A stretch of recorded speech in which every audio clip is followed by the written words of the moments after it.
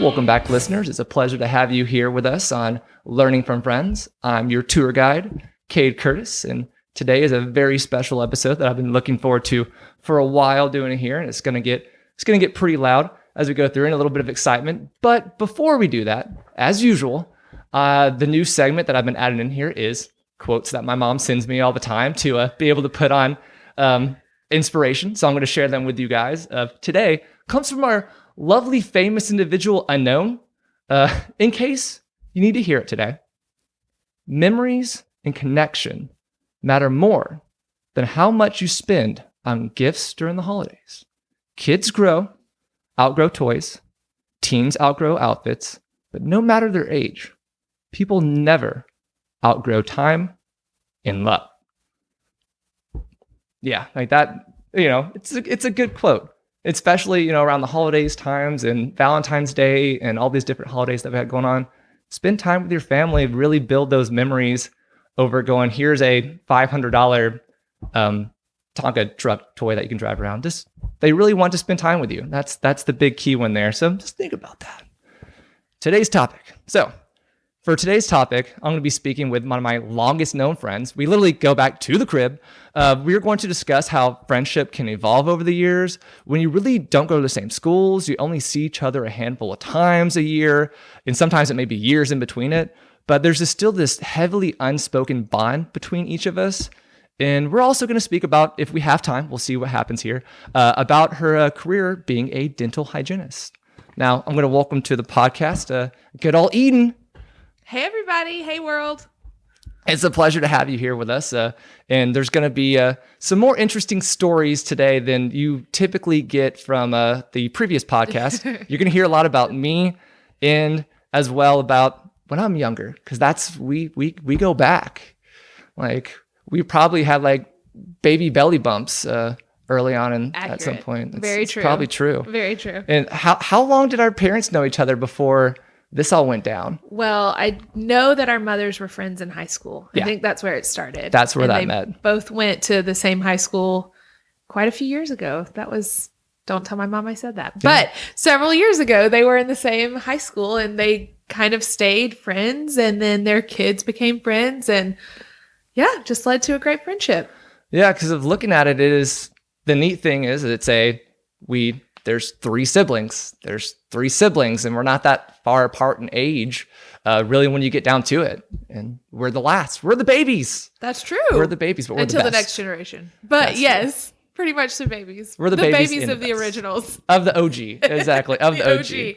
Right. And they always save the best for last. I mean, we always know that. Weren't you a surprise blessing too? Just saying. Oh yeah, totally. We're the miracles of the family. Exactly. It's fine. The leftover. Oh wait, there's one more. Okay. Might as well. We threw everybody for a loop, but also completed the world for them. So. Indeed, we did. We're going to talk over each other a lot too. Just be prepared for that. Be prepared for that. So let's go to, how do we know each other? Further than that. What is one of your earliest memories of the two of us? Oh man, earliest memories. Yeah, that's a hard one. Well, our childhood, we always grew up. There was certain set times of the year that I just knew I was going to see your family. There was just certain holidays or certain days that, like clockwork, we were going to get together as a whole group. 4th of July is a big one in my brain. And also New Year's is another big one. So just basically, if there were fireworks, we were together, kind of thing. Oh yeah, definitely. Anytime there is fireworks. Yes. And I wonder why in my life I've liked to play a lot of the times with fireworks. It's probably because of us. It's probably because we always had so much fun. And I used to be afraid of them. Did you used to be afraid of fireworks growing up? No, I was never afraid of them. I was afraid until Was it the sound? Yeah, I hated the sound. It's very loud. Yeah, I used to be heavily afraid of those things. And even to this day, I kind of don't feel right when it's 4th of July and I'm not around you guys in some way, or like New Year's now as an adult, because we all have got our separate lives and families and in some ways grown apart, but we're still together. Even on New Year's, I kind of think I should be with Cade today. This doesn't make sense that we're not together. And but it's probably been about 10 years, 13 years or so since we've done it. It might be 13. It might be. Did we get together in college? Our parents We did in still college. Did. We did in college. Our parents Our parents still get together every so often for New Year's. They do, but It was a tradition through high school at least. Oh yeah, every year it was like clockwork. Yes. And we would switch years too. It would be one year would be the Curtises, the next year would be the Sims, and we just go back and forth year to year. Right. And it was always, I know for me, I don't know for you because I know my perspective because I live my life of I would always get excited like in 2 hours before, just be so rambunctious and like just geared up for it. And mom would always be like, hey, go outside or, go do something else. And I just remember sitting on the couch and just being in such anticipation for you coming over because it was always a blast. It was so fun. Like, we always found something to do. And indeed, and it was after New Year's, there was always the new Christmas toys that we've got. And so that's true. Yeah, there's always the Christmas toys. And I did not even remember. I mean, I guess like the quote of the day, I don't remember the toys, but I remember being together. Well, I remember like one toy. There was what one was toy the I one remember toy? When y'all got the trampoline. Oh yeah, that was a sweet year. That went on for like years because that's just one of those ones that, If that thing was still at my parents', I would still go jump on it. I mean, that was a toy of fun. That was just a gift that kept giving. Entirely. I'm surprised none of us broke anything on trampolines. That is surprising. We really have not. Honestly, I remember getting pushed off the trampoline, but I do not remember ever hurting anything. I'm not surprised by you being pushed off. Well, I'm surprised I didn't do it. You did a lot of the time. You were abusive at times. It's fine. You were abusive. That makes me feel terrible, but also shouldn't. Not surprised at all. I probably deserved it. Let's be honest. I probably deserved it. Probably not, honestly. But it's fine. The New Year's, one of my favorite, I'm going to ask, like, since New Year's going back and forth, what is one of your favorite New Year's memories? I have a core memory of us on Y2K New Year's. I was going to say the same one. I mean, honestly, if that is not one of my main memories growing up, just from my childhood, because you and I, do you remember the Speak Out toy, or was it Speak Out? It was the walkie-talkie from Home Alone that had the little mic pull-out. Yes, I don't know what it was called, but it was a toy and it was silver and the mic pulled out from Home Alone. Yep. It was at my parents' house. And I don't know what age range your listeners are, but that year, the world swore that everything was just going to shut down and everything was very uncertain. The Y2K bug, quote unquote, was just going to destroy the world. We were not going to be living at 12:01 on New Year's Day. But so you and I, of course, were hyped anyway, but we had that walkie-talkie. We're 10, 11 years old at this point. Yes. And we had that walkie-talkie and we were making laps around my parents' house. Oh, yeah. Counting down the minute from like 10 o'clock at night. I have no idea how our parents... I wonder if that tape exists somewhere. I'm sure it doesn't, but I wish it kind of did.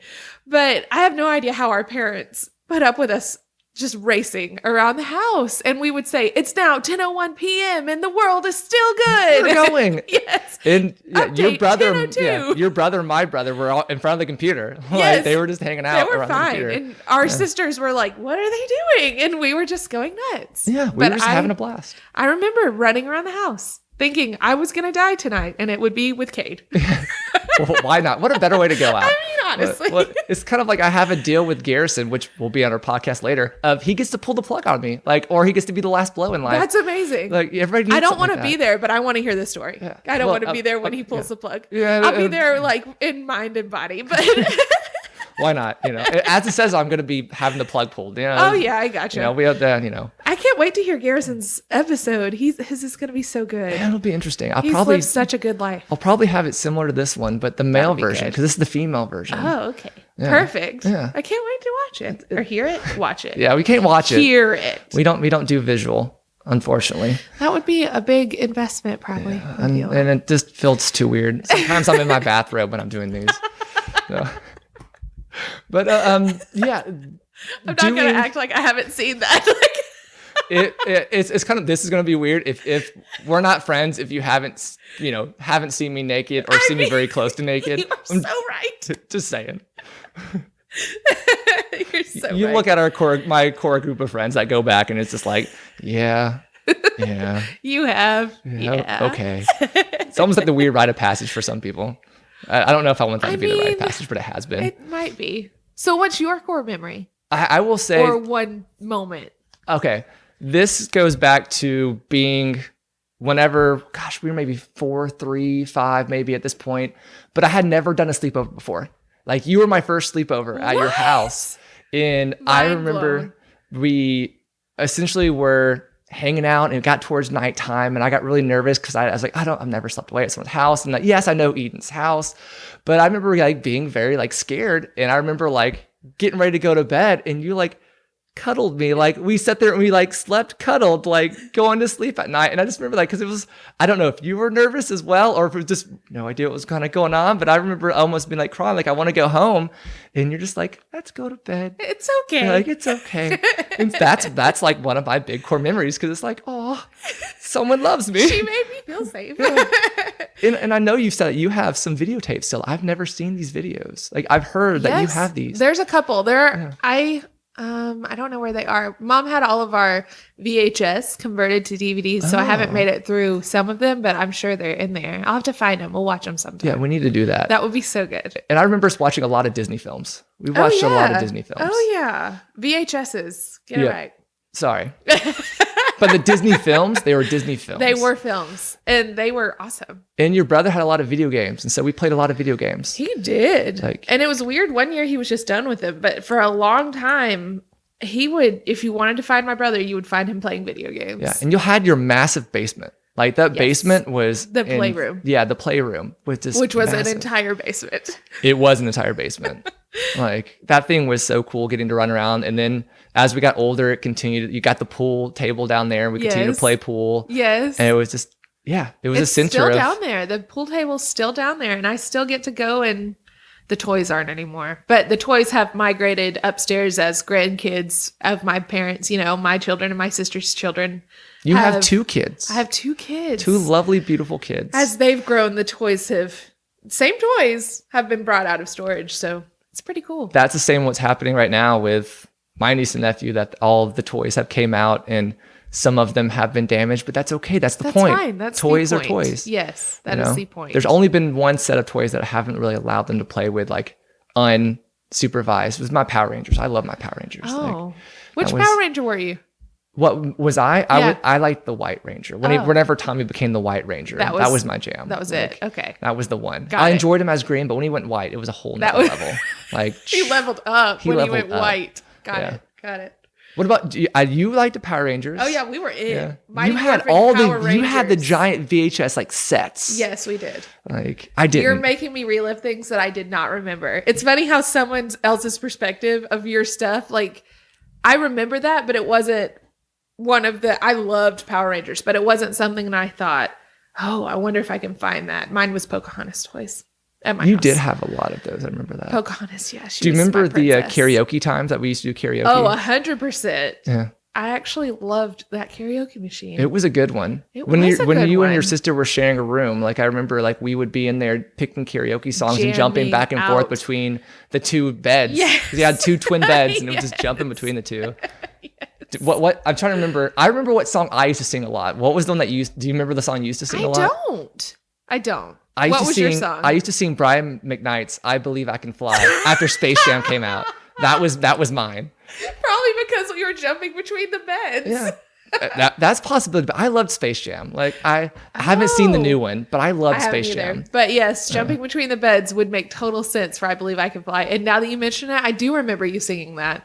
I was very into Ricky Martin at the time, though, so I can't even think of one of his songs right now, but. Living La Something Vida about Loca. shaking. Yeah. Yes, Living La Vida Loca. I sang that one a lot. Yeah. They're just fun. And then your taste was better than mine. Ricky Martin? Hey, I was an NSYNC kid until probably late 6th grade, early 7th grade. I was too. And sometimes I still pull it out, you know? I've started to pull it out again. It's been fun, but for a long time I was totally ashamed of it when I got middle school. Middle school. Like nothing is cool in middle school. No. That was before. Exactly. And I totally give credit to one of my good friends who I wound up playing in a band with for getting me into all this other different types of music. Maybe he'll come on later, but we haven't convinced him yet. Oh. But yeah. I look forward to that. We'll see. Because I know the friend, I'm sure. You do. Okay. You know the friend. I'm trying to get all 3 of us together and do it. We'll see if that happens. So fun. But that's hinting for future episodes. I do it in every single time. Continue to listen so you can hear more. Exactly. You never know. And more you're going to learn stories about me. And hello to my students that are listening. I know a lot of my kids have now found me Specifically one, hello, I hope you're doing well and having a good weekend. Don't forget to study for tests and turn in your homework because I'm missing some assignments from a lot of you. So get on this. Teacher Cade. So speaking of schools, we went to different elementary school, middle school, and high schools. Right. That was definitely an experience of how do we keep this together for so long? I think it was our moms. I truly do. I think that they had such a long-lasting friendship that they were a comfort to each other, which in turn made us a comfort to each other. You know, the fact that our moms to this day can still get together like no time has passed. Oh, yeah. I feel like we can do the same thing. And I think that stems from them. We just spent an hour and 15 minutes before starting the podcast just randomly shooting the breeze. I have no idea what we talked about, but it was very fun. That's the best part about friendships here. I recommend anybody, if you know that you've had a good friendship, whenever you can just sit there and pick up right where you left off. Because I don't think I've seen you since the hoagie shop, probably 2 or 3 years ago. Right. It was probably a First Friday. Yeah. Probably the last First Friday I went to. Probably the last First Friday that the hoagie shop was still the hoagie shop, truly. Probably so. Yeah. Probably so. Because it was very busy that night. So I'm sure that it was probably the locals coming out to support that one last time. Yes. We miss you, hoagie shop. You were do. a staple for so long. Shout out to R&M. I miss you so bad. We all do. They're good. What was your favorite sandwich? Oh, gracious. I probably ate more Russells in my life with ham, cheese, chicken, and that bread. Probably, yeah, way more than I should admit. I always went for the pepperoni and mozzarella. And for the longest time, they would put extra on it because I wouldn't get any of the lettuce or get anything else on it. So they would give you extra pepperoni? They would give me extra pepperoni, and it was heartburn city. Now that I'm older. What a beautiful time. Beautiful times. I also went to the steak. The steak was really good. But fun fact, William and I had our rehearsal dinner there. And that's another one of my favorite memories was having my rehearsal dinner at the hoagie shop. And what I find to be quite ironic is I missed your wedding. You missed my wedding. I was at your wedding. You were? You were very busy that day. I was very busy. But that's actually one of my favorite memories is your wedding because it's just so cool. It was such a cool experience. Yeah, I can't remember where I was, but I missed your wedding. Not saying where was I during my wedding. I knew where I was. I know where you were. I don't know. Mine was in the middle of summer. Yeah, Were you in Ireland? No, I was in Ireland in January through April of 2011. Yeah, 2011. Okay. So I was back. Who knows? Something probably happened. Like, I don't know. I'll have to look back because I missed like everything of that one. And I always feel bad about that. You shouldn't. No, I do. Because like your husband's an awesome dude. He is awesome. I got to work with him for a little while. It was great. That is awesome. Yeah, he's a great guy. Yeah, you're very lucky with that one. I remember when y'all started dating in high school. Like, that was really cool. We dated in college, but yes. No, you dated in high school. You went to senior prom together. Oh, no, Cade. You're getting that very, very wrong. Do you want the story? There's a bad story connected. I swore y'all went to senior prom or homecoming together. You are senior connecting year. that for a reason, Cade. My sweet dear husband asked me to have senior prom. He went out of his way to call me and ask me to senior prom, and I said yes. And then I went to school the next day, so excited. I told my friends, hey, this guy asked me to prom, and I'm so excited. And my friends were like, Eden, he's not exactly outgoing. He's not, basically, he's not going to party with us. He's not you. Yes. And I wasn't a partier, but I had friends that partied. So they were like, he's definitely not going to let us party. You need to go with somebody else. So I went to him later that day and I was like, are we going as friends or are we going to date? And he said friends. So I said, well, I have a friend that likes you and wants to go with you as a date. And I have another guy that asked me to go as a date. And he said, oh, well, meanwhile, he really wanted to go as a date. He just didn't want to admit it. So I broke his heart and we didn't go. And then we didn't actually get together until later, until college. But you met him in high school. But I did meet him in high school. So I take But I also broke his heart in high school. You know how that kind of works? It took me asking 3 or 4 times for now my wife to before she finally agreed to go out with me. So sometimes it's persistence. It is. Not creepy persistence, but persistence. Yeah, exactly. I'm a little creepy. I will admit that at times. I'm weird. That's not what I mean. I'm a weirdo.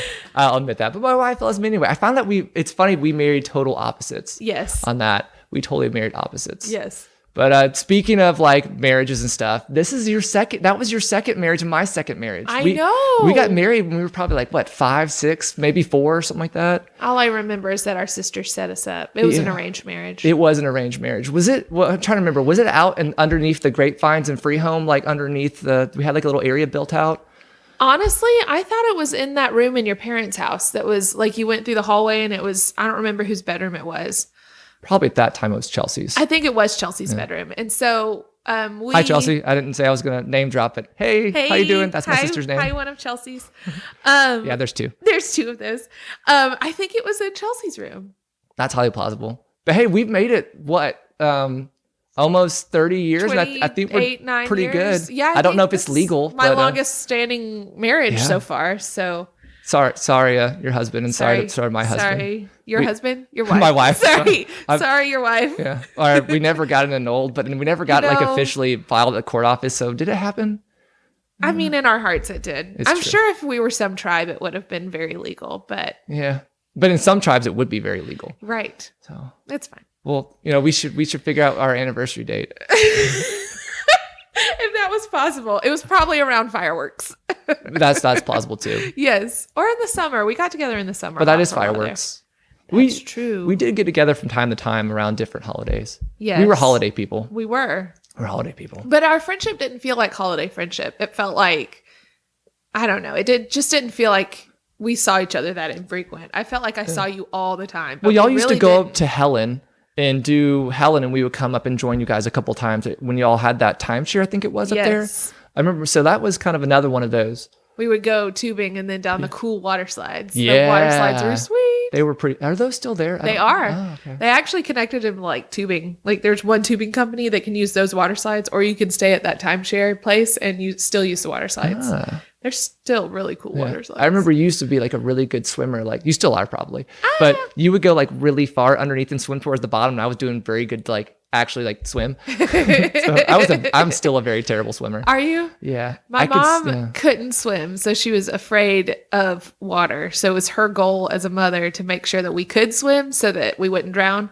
So we were in swimming lessons very early. So I did all the swimming lessons, and I shared on on the very first episode of how me and Chris met with me vomiting in the pool. So I'm like, I just, weird stories. That's hilarious. So going to these different elementary schools, I remember doing a lot of sleepovers in elementary school. Yes. We did a lot of sleepovers going back and forth. That was for sure. But middle school, what was your perspective of how we did that awkward phase of, okay, we're friends, we're not dating kind of deal, but like what is going, because middle school is just awkward for everyone. What's your memory of handling that? I'm not a person that thinks about that stuff very much. So you were just Cade. I don't know. You were just my buddy. It was never like we should get together for me, because you had just always been there. Yeah. So that sounds like you were friend zoned, but you weren't. I was totally friend zoned. But I guess you were. But I mean, it wasn't like I don't know. It wasn't intentional of like, we're friend zone because of it wasn't like I was trying to date you, even though my parents really wanted me to ask you to homecoming or like prom. I totally would have gone. Yeah, I should have done that. I went with one of your friends one time. You did, and I heard that didn't go well. For him or me? I didn't go well or did? I heard it didn't go well. Oh. I heard it didn't go well. I mean, yeah, we didn't go out after it, but he was very, very kind. And I mean, he was very nice, but it would have been very fun to go with you. It would have been a good time. It would have been better, definitely. For sure. My junior prom was not fun. Oh. Like it was not fun. I mean, mine kind of was just okay. I think we would have had more fun together than I would have anticipated. So I don't know. You were just a brother. Yeah, it's true. That's how we really kind of were. There was, for me, every so often that weird awkwardness of like, I'm going to go hang out with Eden. And they're like, oh, you're going to go hang out with your girlfriend. I'm like, no, she's a girl. That's my Eden. Friend. Yes. Yeah, exactly. See, we were just cooler. Like we knew how to have, people that were friends. We were just brother, sister friends. Yeah, because I didn't start really dating till college. It just wasn't my jam. Me either. Like I had a girlfriend in middle school, which is one of your former friends. That's still technically probably a friend. You don't have to remind me who that is later. I'm going to be interviewing her later. Oh, really? But so that'll be fun to kind of be like that. She was my first girlfriend, which I'll interview her later. So I'm not going to name drop there because it is coming in the future of another episode. But yeah, so like, that was like, that was my first girlfriend. I mean, I dated in high school, and I guess my first middle school boyfriend was in middle school, but that was literally, we dated for a day. And he asked me out and I said yes. And then the next day I was like, nah, never mind. Yeah. That's middle school though. Exactly. That's middle school. And my boyfriends in high school were very few and far between. I didn't have a whole bunch. I had a lot of friends that were boys, but I didn't have a lot of boyfriends. And I think that's kind of our relationship too. I had a lot of girls that were friends too. Right. But I never had I had girls that I asked out, but it was, let's be honest here. I'm not really at high school. I had my really super long hair like I have right now, but I'm sure I was a different look for women in that time. I thought you were cool. I don't know about all that, but I didn't ever feel like I kind of felt like you. I wasn't like I had some friends that were very, very popular, had a lot of boyfriends, which makes that sound bad, but it's not. No, it's not at all. I just had more friends that were guys, That's okay. We were band kids. Yes. We were band kids. Yes, we were. Band and chorus. Yeah. I hung out with all the chorus kids and drama kids as well. But I'm with you. I had friends all over the place. And that's how I became senior class president, because I just knew a lot of people. And that's similar. I wasn't senior class president, but I just had friends everywhere. Well, I ran on a joke. We made a bet and I kept my portion of the deal. And the other person did not. They were supposed to run as vice president and they did not.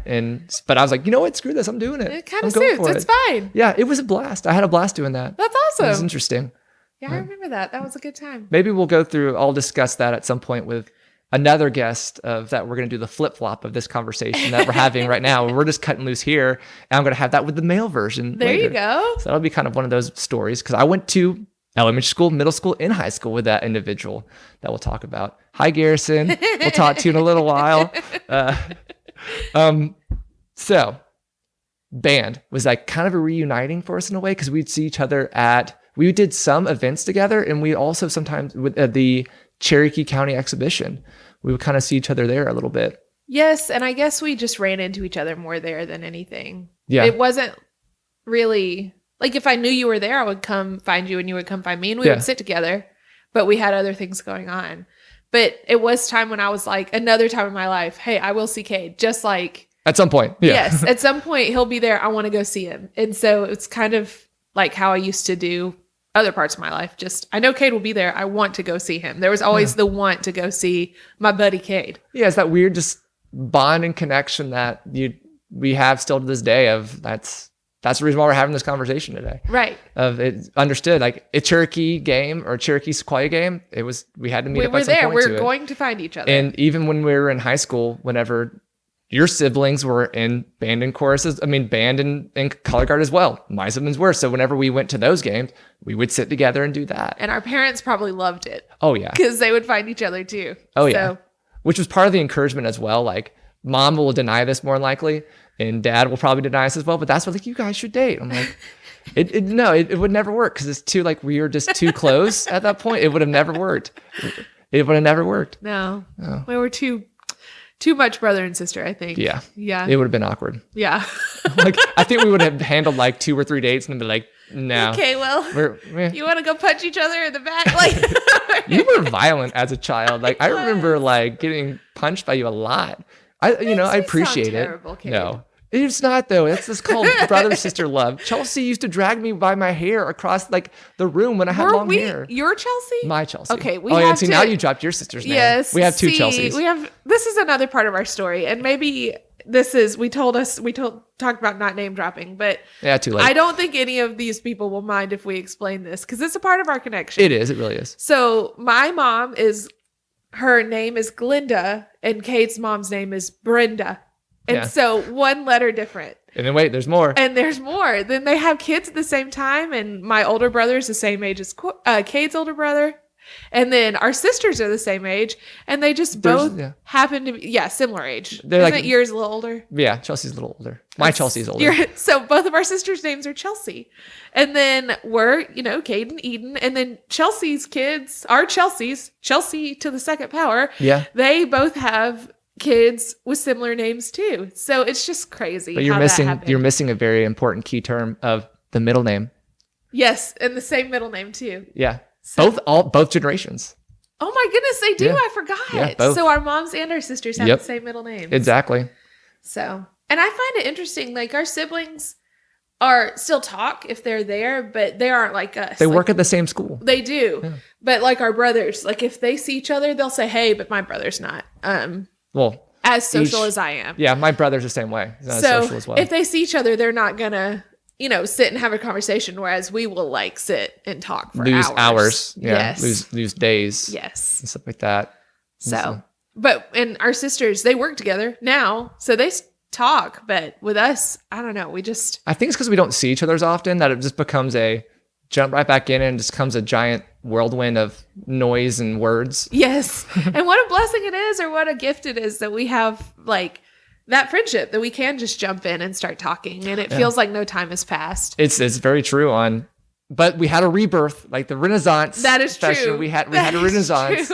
Good old Georgia Highlands. That's right. I didn't even know you were going to Georgia Highlands. I don't guess I knew you were going there either. It turned out just one day, me and my buddy Matt are driving up and we're, going through our class. We had every single class together, our freshman half a sophomore year. And maybe like day 1 or day 2, or at some point, I walk around the corner and there's Eden. And I'm like, hi. I'm like, what? We finally ended up in school together. Yeah. It took, only 18 years to, finally get there. We made it. We had a blast though, because the library was really cool. We hung out in the library a lot. We made friends with the librarian. Oh yeah. She was awesome. She was so cool. I don't remember exactly how that happened, but it was a brand new school. It was like a brand new campus when we got there. Yes. It was maybe a year or two old at that point. And it was nice. Yeah. It was a nice place. It was really good. Shout out to a Georgia Highlands Cartersville campus. Definitely. Now they have a gym. And it's huge. Yeah.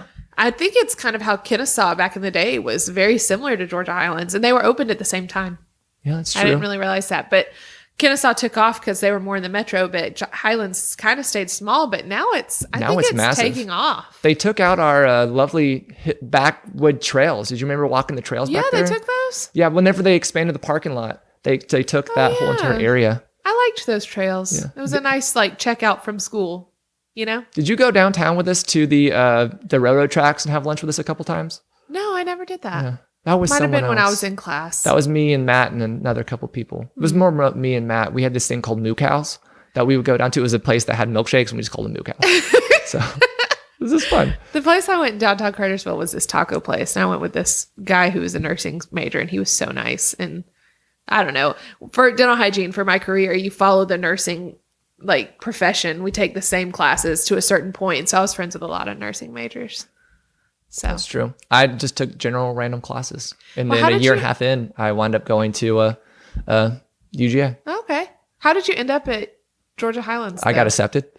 Touche. Yeah. No, I applied to a couple of their schools, but I'm a terrible test taker, and I did not do good on the SAT or ACT. I just, after 2 hours on a test or an hour and a half on a test, I have test anxiety, and it just would kill me. And so I applied to Georgia Highlands and got in, and that's how I wound up there. And my buddy Matt, who will be on the podcast later as well, was the same. Well, no, he had high SAT scores and ACT scores. I have no clue why he went to Georgia Highlands. We'll talk about that later, I suppose. But it was a great pathway for a lot of people. It really was, and now it's a lot harder to get to those paths on that transfers. But that was our rebirth of getting and hanging out again. We hung out outside of school a lot. You were dating your husband at the time, but we'd still, you went pool hopping with us. And so we went pool hopping a couple of times. We would go out in our moms did, going to Jiffy Freeze, back in the day. We went to Jiffy Freeze 2 or 3 times just to kind of relive that moment. I love Jiffy Freeze. Yeah, it's now good. I want a big burger. Maybe we can go for lunch. Let's do it. I think that's a good idea. Yes. And then that was kind of a good reconnection of our friendship to kind of build to that next level, because we did a lot together in high school, in college, because we were at the same campus and we didn't drive home, because what's the point of driving home and driving back? Right. And so we stayed there all day. Sometimes hours where I would find you in the library and we would just hang out. Yeah, and to sit or study. Or I still have that bookmark that we had to do for banned books week, and it has you, me, and I'm spacing on his name. That nice guy. What was his name? I can't remember it. So nice. But standing next to us, we have this. It just says "read" across the top. It's a bookmark. And I had the poster. I didn't have the bookmark. I have the poster too. Do you? I don't know where the poster's at, but I know I have it. I will say that was probably, looking back, which is such a girl thing to say, but that was one of my very favorite pictures of myself. So I kept the bookmark forever too, because I felt like oh, okay, that looks like me, and I like that picture, so I kept it. I don't know. I don't blame you. It was a good picture. You had great. You always had great hair, but Well, thank you. That one was a very like stylish day at that point. Yes, I was feeling myself. No, but that was such a good time. I don't know. I think that Georgia Highlands, for me, it was not a pathway because if we get to this topic, but dental hygiene, there's only certain schools in the state that do it. There's only like 5 schools. So you can start off at a different school and get into the program, but it's much easier for your like credits to not transfer. So I chose Georgia Highlands because I had a dental hygiene program. That's true. And you wound up going to the Rome campus to finish up. Right. And I had no idea what I was doing when I went to college. I will admit that. I just like, hey, I'm going to go to college and I'll figure it out once I get there. And I took the first year and I decided, you know what, as my mom calls it, she goes, this is a defect in our brain that everyone becomes an educator.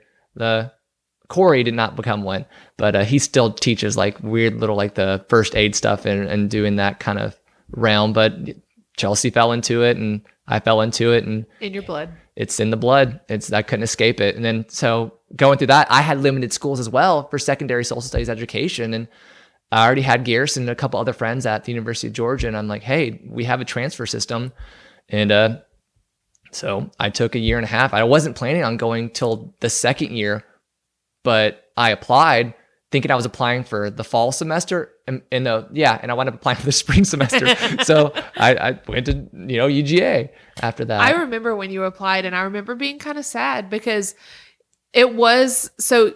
I wasn't dating my now husband in the first part of that, but right before he left to go to UGA, it was almost like meant to be because I didn't have like Georgia Highlands is a commuter school. So all my friends had gone somewhere and I was still in Canton, and I felt some kind of way about that. But having our friendship really helped me through that. Well, then when you went to UGA, I kind of felt like, oh no, there goes my good friend. Like he's going to go, and another one of my friends that moved on, and I was so happy for everybody. But that was when I started dating my now husband. So it was like, okay, like it's cool. I'm good. Yeah. So you're welcome. You're welcome. Yes. If your husband hears this at some point, you'll be like, yes. hey, you're welcome. It's because I left. Yes. I'll take claim for that. But I don't know. You're talking about pool hopping and about that friend group. Y'all helped me through a lot in those first times of college because you had your friend group and y'all let me come into it. And that was so nice. Like I didn't have to worry about literally being bored on Friday nights because I knew I could come to the shenanigans. Yes. Like whether we went to play baseball or like went on a hike or we went pool hopping. I knew that there was somewhere I could go that I was going to be safe. Like the guys always made sure that I was good. And then I didn't have to worry when I was around everybody that, anybody was going to be weird to me. I just felt very safe.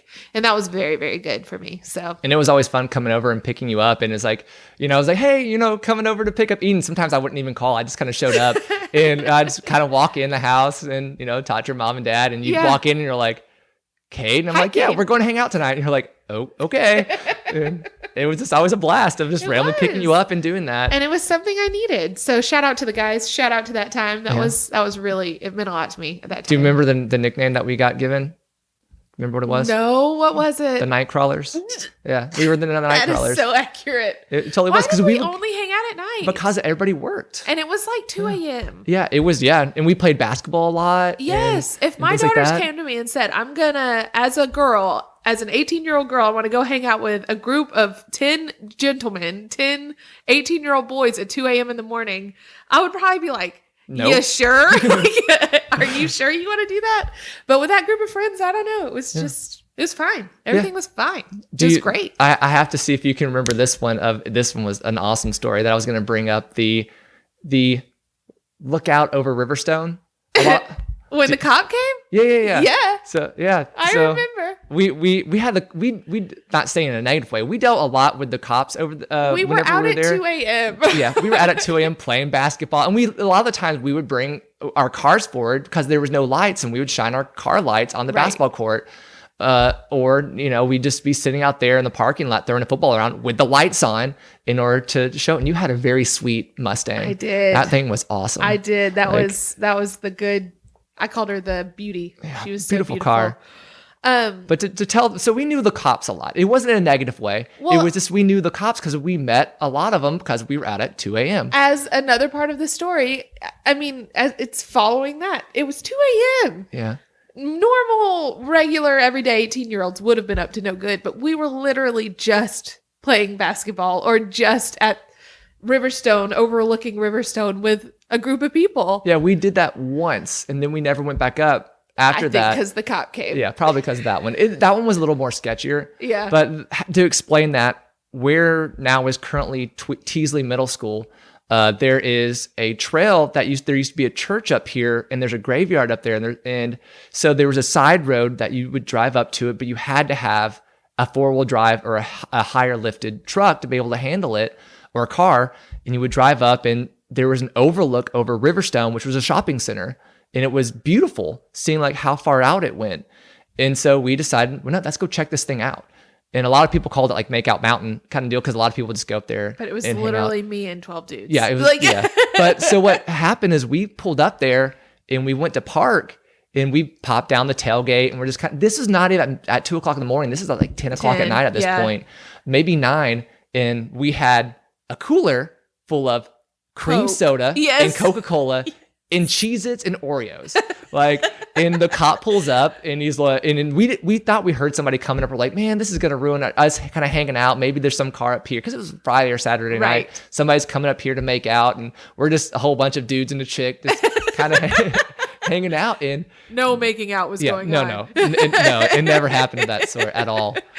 But we're sitting there and this cop pulls up, shines his light, and gets out of the car and goes, "Excuse me, are y'all drinking this evening?" And we're like, "No." Cream sodas. Yeah. And we're like, "Cream soda and Cheez-Its. Do you want some?" And the guy's like, "I'd like to get a look at your cooler." And we're like, "Yeah, here you go. Pull it out." And I think he was just so baffled and confused by it. And didn't he pull you off to the side and ask if you were okay? Yeah. Yeah. And what was your response? Did you remember? I don't remember. I think I basically was just like, "Yes, sir. I'm totally fine. These guys are my friends. And there's nothing untoward is happening here. We're totally fine." But thank you for checking on me. There was another line that you said that. What did I say? I remember hearing this over. He goes, "Let's be honest here. I'm more of a man than any of these other guys here." I remember hearing that part at the end of it. And I think he just thought that y'all were going to bully me. So I was trying to be like, "I got this, bud. Like, none of these guys can take me down." It's true. So yeah, I'm not like, I don't look big and burly, but I was strong. So you can throw down. I'm not in trouble here, sir. But thank you very much for checking on me. Yeah, entirely. And my dad was getting gas and heard it over the radio at the gas station, and he was like, "What are these kids doing?"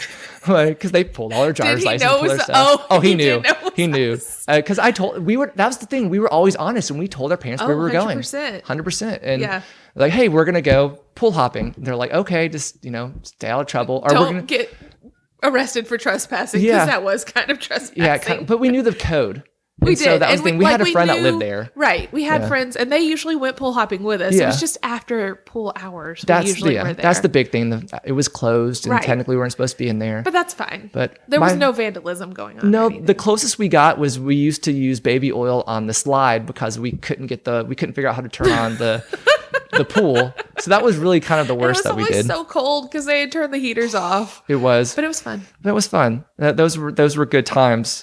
Those were very good times. They were very good times. Those are very good times. Whenever just trying to go through all that high school, college, in between transitioning kind of deal. That whole weird in between. And Which is hard. It's a hard time for people. So hard, especially when you're trying to figure out where you're going next. And that's another part of our lovely bond is we've always taken care of each other. Right. Like that's the thing. I've always known if there's something going on and I can't handle it, or if I need some kind of like assistance in any way, I could call Cade, I could call Katie, I could call anybody that I needed in this realm. I knew you would come and help if I needed it. We're very lucky that we haven't needed it, but just if something happened, I could reach out to my friend and he would be there. Even if it's like, 20 states away. Yes. Well, give me like 6 hours to get there, and 16 hours to let me get to an airport. Let me get a ticket. Let me get on the thing. And hopefully it's the same with you. If you ever called me and said, "I need you," I would be there. And we just know that. And that's another, it's an unspoken thing. Like it doesn't have to be spoken. Right. That's the best part of those kind of friendships. Right. Is you can't beat that. And I got lucky that I had that core group, and I still have a majority of that core group that exists. That's right. So you definitely can't. I'm gonna cry here for a second. Yeah, you can't take that away. That's just something you can't take away. That kind of friendship is something you, as a young person, you don't even realize it's forming. And then as an adult, as I am now, I look back and I'm like, man, how could you couldn't have handpicked that. No. You know? And a lot of us have known each other since childhood. Yeah. Like of my core group that I know is we've known each other since like elementary school. And it's just if you get those relationships, and a lot of people don't get that till high school. And a lot of people don't get that sometimes till college or coworkers. But I recommend to anybody, reach out, just try to reconnect, try just to have that fun and relive old past memories. And as I'm hoping we get old and get into our rocking chairs and start forgetting things, the other one just comes and tells stories. I'm hoping that happens. Well, it's true though. That core group that you had turned into somebody who that in those college years, y'all were very kind to accept me, to let me come and be part of it, because I wasn't really part of that group. I mean, I knew them in high school and they would talk to me there, but in college, I became a part of the Night Crawlers. I was part of the group, it felt like. So that was really cool. Well, let's be honest here. I led this group and got kind of final say on a lot of that. It's kind of true. Even a lot of the guys will mention that, yeah, like you really were that center, Cade, of bringing us together and making sure that we stay together. And you checked on all of us and made sure we were all good. And I kind of guilt tripped people into coming at some points. I was like, "Oh, are you sure you don't want to come?" I don't remember that. Oh, I would totally guilt trip people in. It was very indirectly. It was very indirectly. That's like an art form. It is. Yeah. But any other random stories you want to talk? Because we have hours with the stories. But any other ones that you just kind of want to throw in there? No, I mean there's so many, but many of them I just feel like are just boring everyday things. But they meant so much to me. But they weren't. It's not something like we would go and walk the pasture, and that would be so fun. And I do remember another core memory I do have is when you met your now wife on your grand adventure and you came back to our little corner of the world, and we went to your pasture and we sat in your parents' pasture on the hill overlooking that beautiful area. And we just got to catch up on your adventure you had. And I will always remember you saying, Eden, I think I met her. And I just thought, oh, yes, good. I'm so glad, because I wanted you so bad to be happy. And so when you finally were like, this is her, I just couldn't wait to meet her. So I remember you talking to me about how lovely your relationship had been and about how, another life moment was happening in front of our eyes. And we were getting to talk about it. And I left that hour or 2 hour conversation sitting in the middle of a pasture, very excited, just knowing that something else was about to happen. And I feel like that was a cool memory too, that we just, And that was a trial by fire moment because of really, to be honest with you here, it was very overwhelming for her because that was the first time meeting my parents, my family, and all my friends in like one moment. And that I'm surprised she stuck around. That was I am too a little bit. But bonfires was a big thing in college. Like we did a lot of bonfires as well, like a lot. And fireworks continued. A lot of fireworks, hundreds of dollars of fireworks. A lot. I'm going to transition us here just because I want to hear about this next part in your life, because it's an important part of who you are now and where that whirlwind is. Your being a pediatric dental hygienist. Yes. Like that's little added bonus. Explain first off, what is a dental hygienist? Okay. So, unlike you, I did know what I wanted to do. I'm one of those very strange birds who... I still have no idea what I want to do. Right. In high school, I don't know what made me have the overwhelming urge to literally stick my hands in people's mouths, but I knew that that's what I wanted to do. Oh, man. My mom worked at a dentist office forever, so I guess I saw that was a good career to have. So what is a dental hygienist? I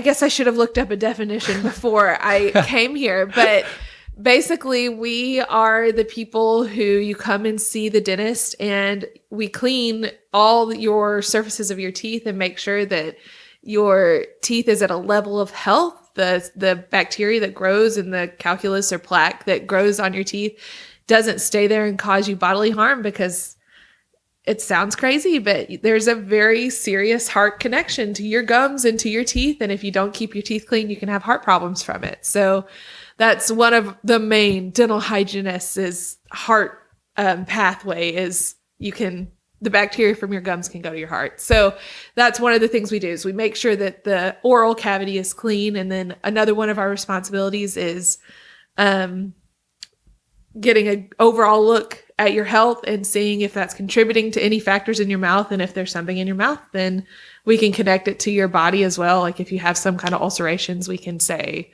those ulcerations are a sign of something else in your body. So we're supposed to keep a look on that.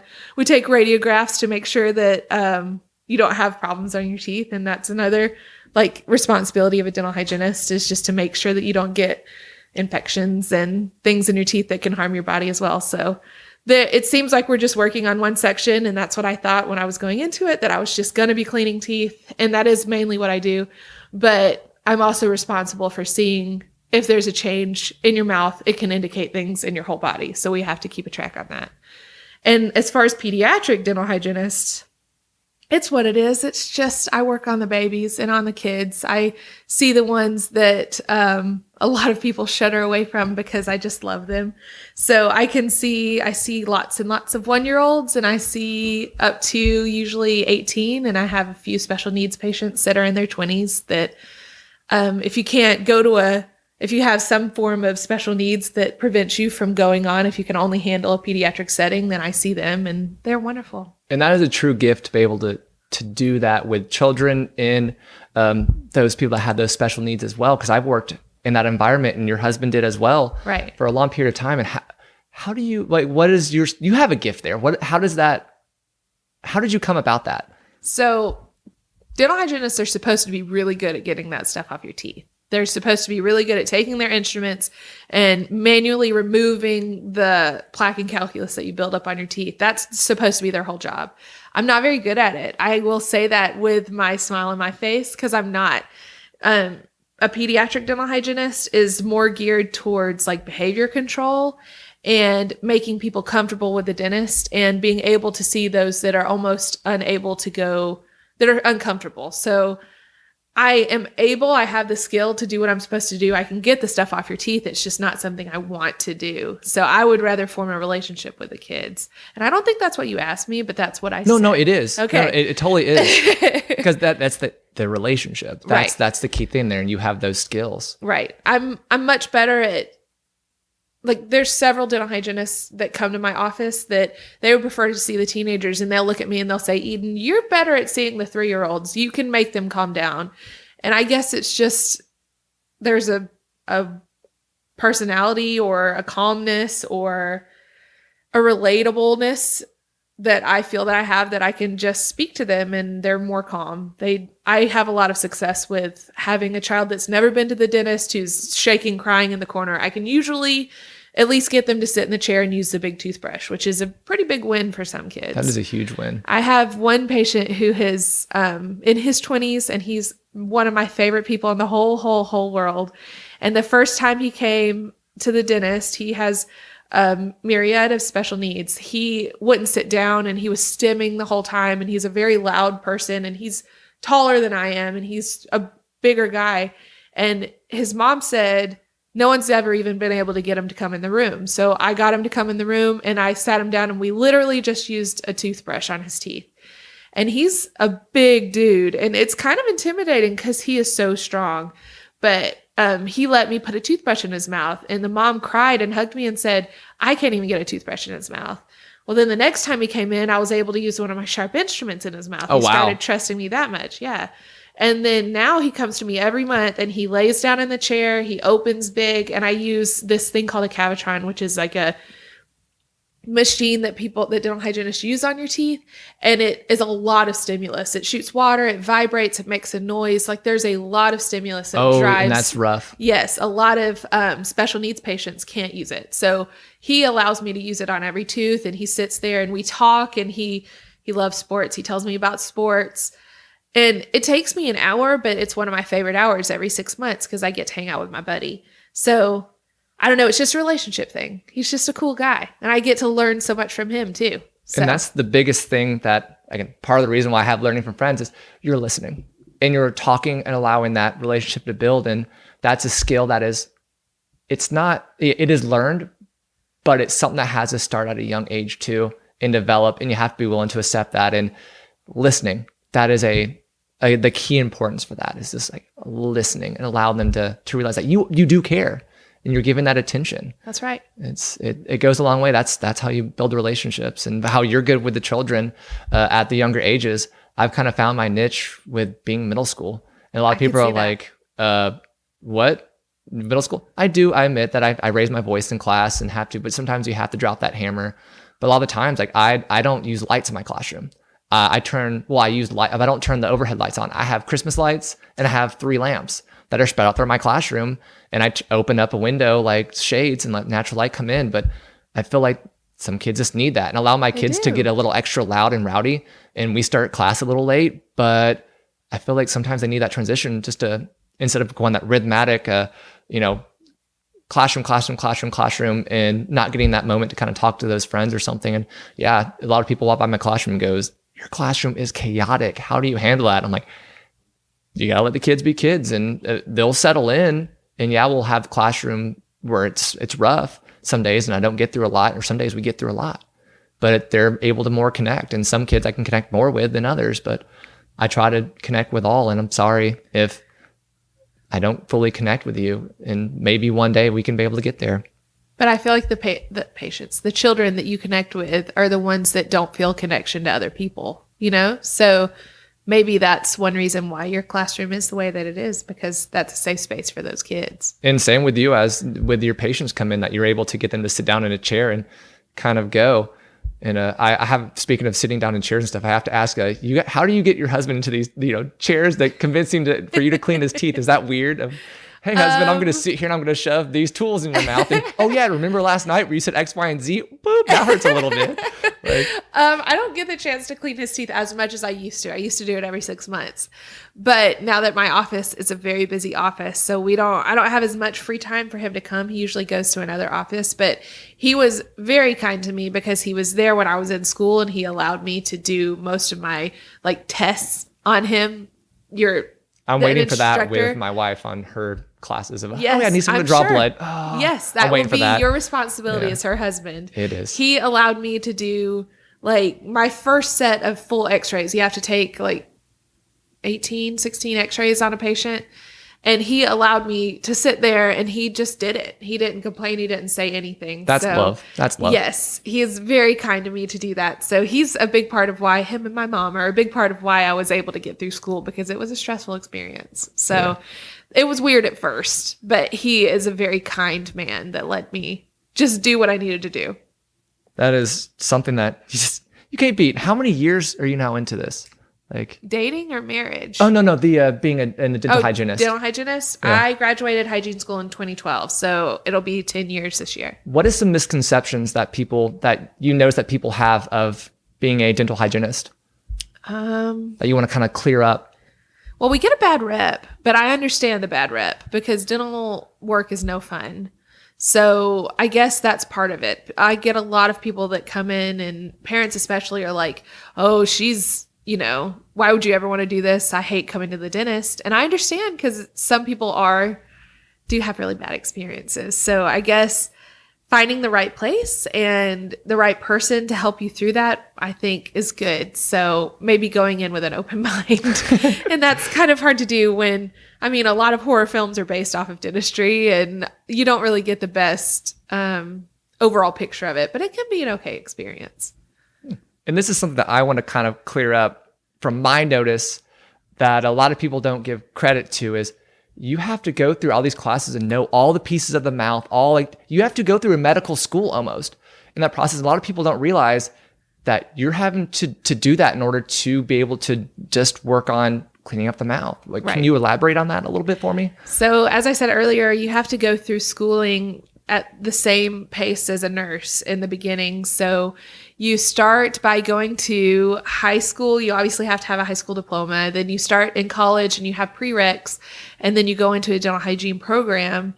And there's only a certain amount of colleges in Georgia, like I said earlier, that even have the program. I think there's less than 10, or maybe there's been a couple more open up. So maybe a little more than 10. There's very few. So you go through this program, and it's much more competitive than you would think. In order to your prereqs, you have to have very good grades. And then to get accepted, like my program, I can only speak about my program at Georgia Highlands. There's like 100 applications that come to be a dental hygienist. 40 people get an interview to potentially be a part of the program, and only 15 get in, or 14 get in. Wow. So it's a very competitive program, and people don't realize that. And then once you're in, the program is even more competitive, as in you're not competing with someone else, but you have to meet requirements at a certain pace. And then at the end, you have to take 2 state boards in order to be registered and in order to practice. So out of all that work, unfortunately, all you come out with is an associate's of dental hygiene, which is like that's it? Only associates? An associate's. So it took me 5 years to get an associate's. In that time, I got 2 just at my parents' behest, because they said, you know, you can take your first associates if you ever decide to build on it and do something else. So I have 2 associates, 1 in science and 1 in dental hygiene. And then I decided to go back and get my bachelor's in dental hygiene recently. And that's actually, there's no pay raise. There's no reason to do it. I just wanted a bachelor's. So you can get it, but it is an added thing you have to go back and do.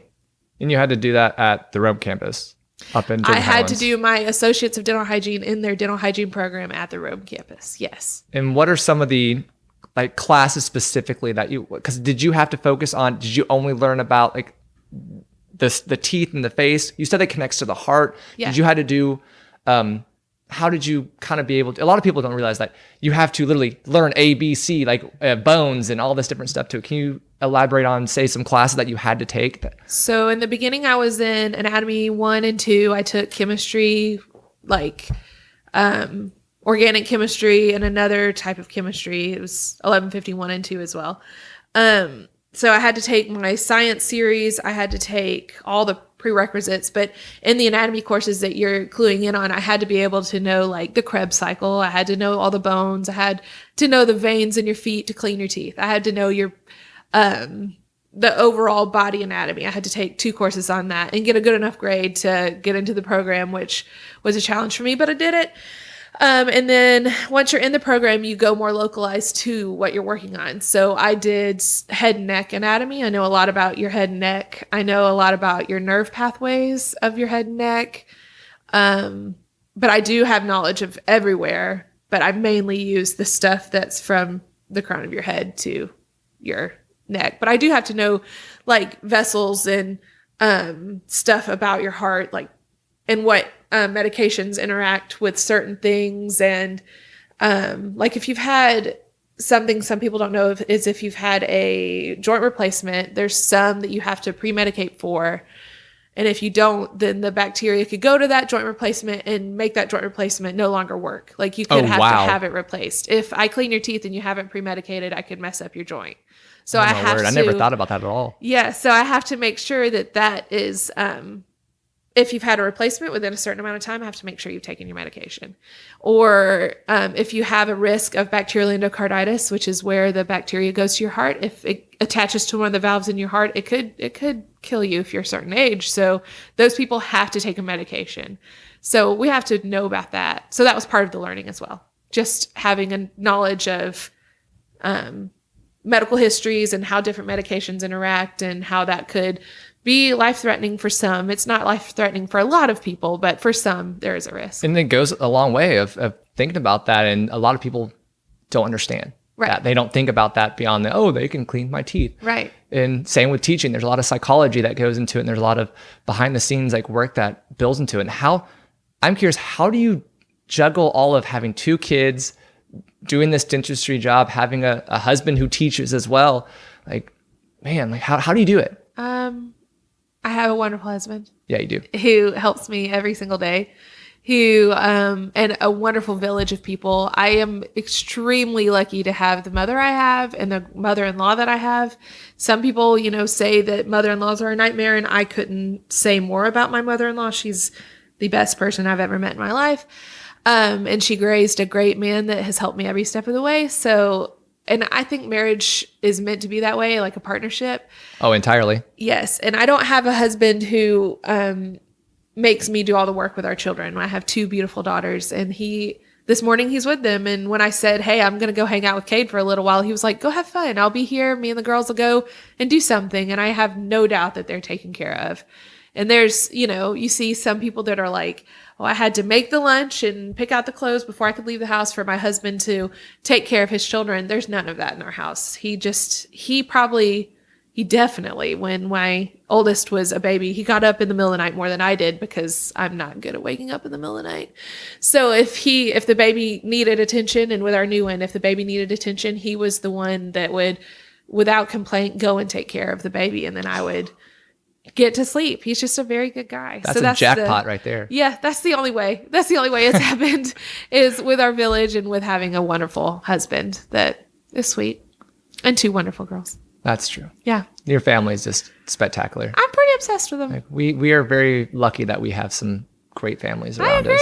We really are. Yeah. So the last question I have about dental hygienist is, what do you recommend for someone who's interested in this field? Like, how do you recommend them go about it, or how do you encourage them to look a little deeper?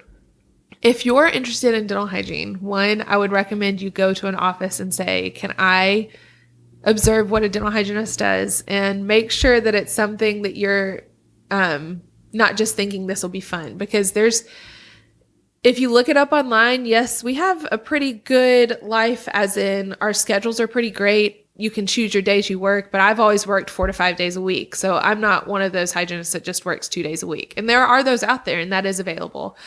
But make sure that it's something you want to commit your time to, because when you look it up online, it's a high-risk job. There's a lot of introduction into, sounds disgusting, bodily fluids. Yeah.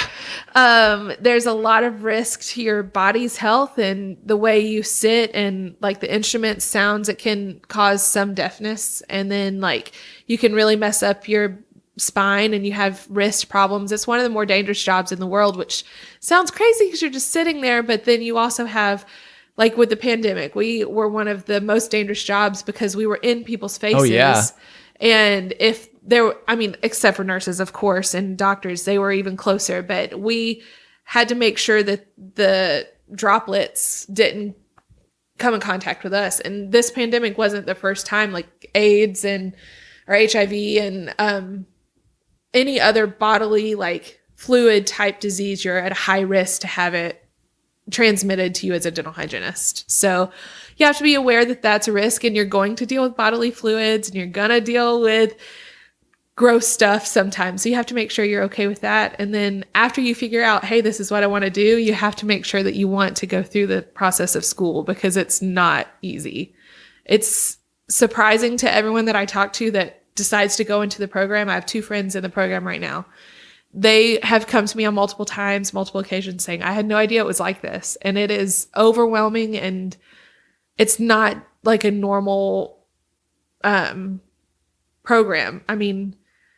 You basically have a job when you're in the program. You're there Monday through Friday, 8 to 5, and you work in a dental clinic. And if you don't pass, like my Georgia Highlands is on an 8-point scale. So if you make a 92, that's an A, but then that takes you to an 86 is a B, but an 86 is a C. Like 85 is a C. So then I guess 3 points or 8 points from that's like a 77, that's a D. So if you get a 77 twice in a class, you get kicked out of the program. Oh my word, that is very strict. Yeah, and if you get 1 F, you get kicked out. So, and you have to start all the way over. So people don't realize, and then during clinicals, you have to have certain requirements you have to meet, and you have to find patients that meet those requirements. So if you can't find those patients, then you're not going to get your degree. So you have to go. I went out on the streets. I went to tire shops. I went to Starbucks and asked strangers, when was the last time you had your teeth cleaned? And I had instruments and gloves in my purse when I was looking for a patient to take to my state boards, because you have to take a patient that has a certain amount of uncleanliness to their mouth. And you have to take them to a spot and clean just one spot of their mouth, like a quadrant of their mouth. And I couldn't find one. I didn't have someone that I knew. So I had people canvassing the world, and I was... Wow. Yeah, that is crazy. It was weird. I was in Roswell, literally trying to feel in someone's mouth with my very clean instruments and my very clean gloves. I was making sure that she met my requirements, and she didn't. So my search continued. How long did it take you to find somebody? Because you did find somebody, obviously. I did. I started looking in January of my last semester. I probably started looking in August of my last year. I didn't find someone. I took my test in March. I think I found them in February. Holy moly. And in order to take somebody, a lot of times you have to pay them to go, because unless it's a family friend or a family member, it's no benefit to them. Because you only get to clean one spot in their mouth. You can take them. You're supposed to take them and clean the rest of their mouth, which I did. But there's not a lot of benefit to them, and they're basically committing a full weekend to helping you as a stranger. Oh my word. Yeah. Whole weekend. A whole weekend. So because you go down the night before, you put them up in a room, you take them to the clinic, and then we ended up going the morning before, but we paid for their food. We paid for them to come. We paid for the rest of their dental, like, cleaning. So and then the cost of the test. So there's a lot that goes into it. That's definitely a lot to think about. That's your clinical board, and then your written board too you have to take. So it's a big commitment, but once you get out of it, the job is a good job if you find the right office. There's some people that are not the right office for you. You have to find your right office, if that makes sense. And that's with anything that you do in terms of jobs or going or college and stuff. You got to find what works for you, because not everybody is the same piece, puzzle piece. We're all different ones. I'm curious. I said I was going to ask one more about dental hygienist, but I'm going to do one more. Do you have a funny story you want to share with a dental hygienist stuff? Dental hygienist. You don't have to if you don't want to. I was just curious. I have funny stories, but I feel like they don't translate to as funny when I tell them. But like, I have more interesting stories. Like, I used to work at Children's Healthcare of Atlanta, and that was really cool. I worked in their dental clinic, and I have a lot of stories about seeing those patients. But I guess the funniest one I have is recently I had a kid that told me that he nearly died. And I said, "You nearly died? What happened?" And he said, "Well, I got an infection in my body." And he's like in first grade or second grade. Oh my word. And I was like, "You did?" Thinking it was like his heart. He said, "Yeah, I nearly died. I had swimmer's ear." And I was like, "Oh no, dude. I can't believe you made it out of there alive. Like, that was your NAM. That's intense. That was your VNAM." But he was so serious, and I didn't laugh at him at the time. I just said, "I'm so glad you're better." Meanwhile thinking, "Oh, swimmer's ear. That could kill You used to get that a lot, didn't you? I never got it. Must have been my sister brother Chelsea. might have. Yeah, maybe it was her. You had a lot of the teeth issues. You had a lot did. of. I had that too. I think we were like teeth twins. Yeah. We each had our issues. Well, that's why I actually went and decided to like commit to dentistry. It's because I know people are afraid of it. I had gone through all these things with my own teeth, and so I decided I can help people through this. Like, it's not as bad as they think. So I'll commit my life to being in a dentist office every day, since I can talk to people about it, you know? Yeah. But I promise that was the last question I was asking about dental hygienist. Okay. I promise. But is there anything you else want to share or throw out there? Any embarrassing stories or something, or just that you like to share with the world? That you've got time. I've got time. You've got time. I don't know. Do you have any? I have to save a lot of mine for each individual episode, but I will say this about friendship is,